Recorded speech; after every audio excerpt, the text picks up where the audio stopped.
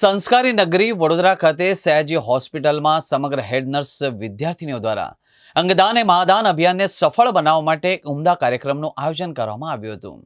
એસએચજીમાં 200 nursing staff દ્વારા અંગદાનના મહત્વને દર્શાવતી સૂત્રોથી સજ્જ છત્રી પોસ્ટરો સાથે જનજાગૃતિ ફેલાવવા માટે આહ્વાન કરવામાં આવ્યું હતું.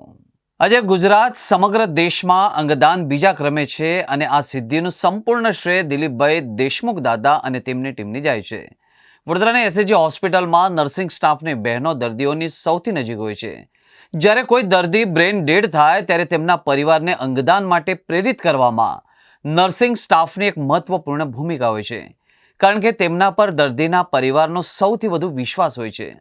આ નર્સિંગ સ્ટાફને અંગદાનની પ્રતિજ્ઞા લેવડાવવામાં આવી છે.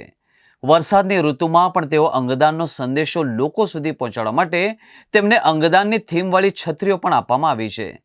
ઇકબાલ કડીવાલા, કમલેશ પરમાર અને તેમની ટીમના માધ્યમથી દર 2 થી 3 મહિને વડોદરા શહેરમાં અંગદાનને પ્રોત્સાહન આપવા માટે વિવિધ પ્રવૃત્તિઓનું આયોજન થાય છે.